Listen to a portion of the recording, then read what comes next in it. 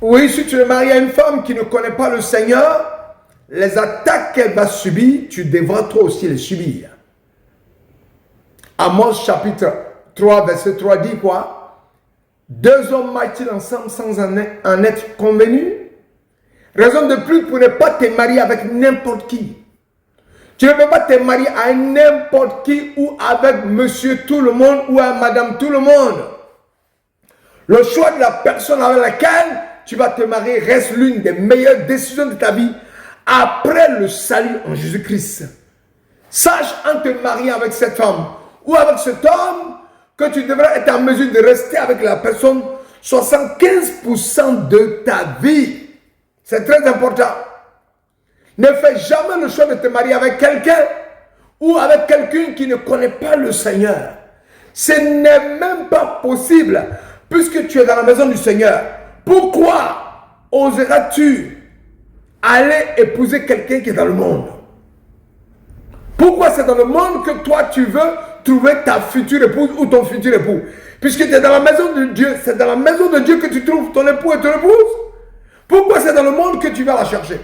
Tous ceux qui ont tenté d'aller chercher un homme dans le monde pour l'attirer dans l'église afin de l'amener à être converti, ils ont fini eux-mêmes pas sortis de l'église. L'idée que Dieu ne veut pas qu'on vive selon le siècle présent vient de la Bible, notamment de Romains chapitre 12, verset 2. Et signifie qu'il faut transformer sa mentalité, ne pas se conformer aux tendances du monde pour discerner la volonté de Dieu, plutôt que d'imiter les modes et les habitudes du monde. Et il s'agit de renouveler ses pensées pour adopter une attitude intérieure différente et vivre de manière sage et pieuse, focalisée sur le règne de Dieu plutôt que sur les désirs terrestres. Donc tu dois être focalisé sur le règne de Dieu, sur les choses d'en haut, au lieu de t'intéresser aux choses de la terre. La Bible déclare, fais de l'Éternel tes délices, il te donnera ce que ton cœur désire.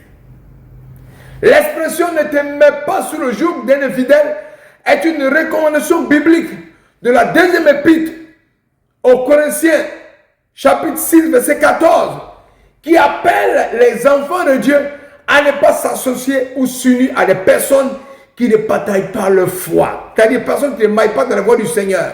Ne te marie pas par volonté de compétition avec tes frères et tes sœurs. Oui, chez moi, mes frères et mes sœurs sont déjà mariés. Pourquoi moi je ne suis pas marié? Mes petits frères et mes petites sœurs sont mariés. Pourquoi moi je ne suis pas marié? Il faut que je me marie. Ce n'est pas une compétition, le mariage.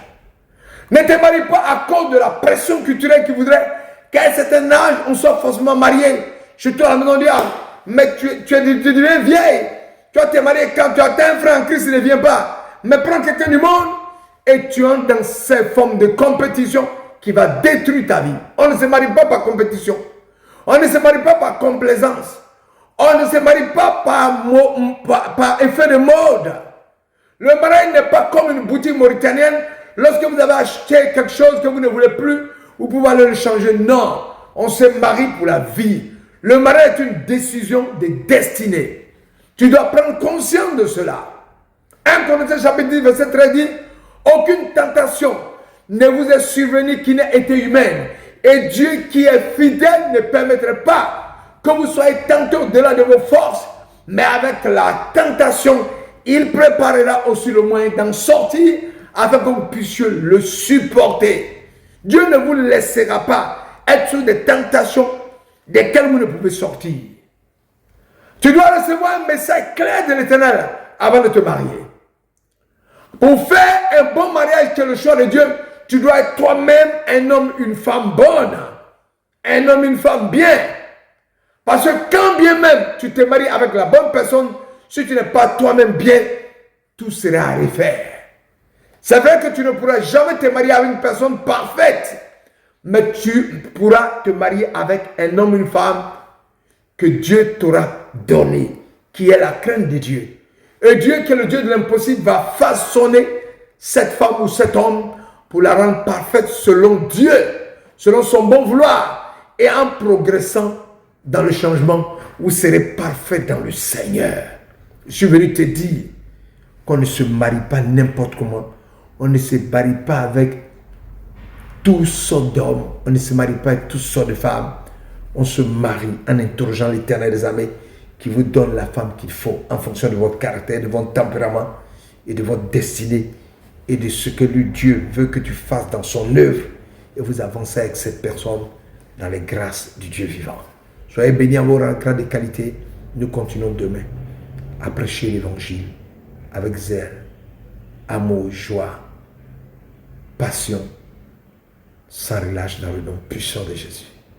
Que l'Éternel vous fasse passer une excellente soirée dans la paix du Dieu vivant. Et à demain pour continuer de prêcher. Alléluia. Amen.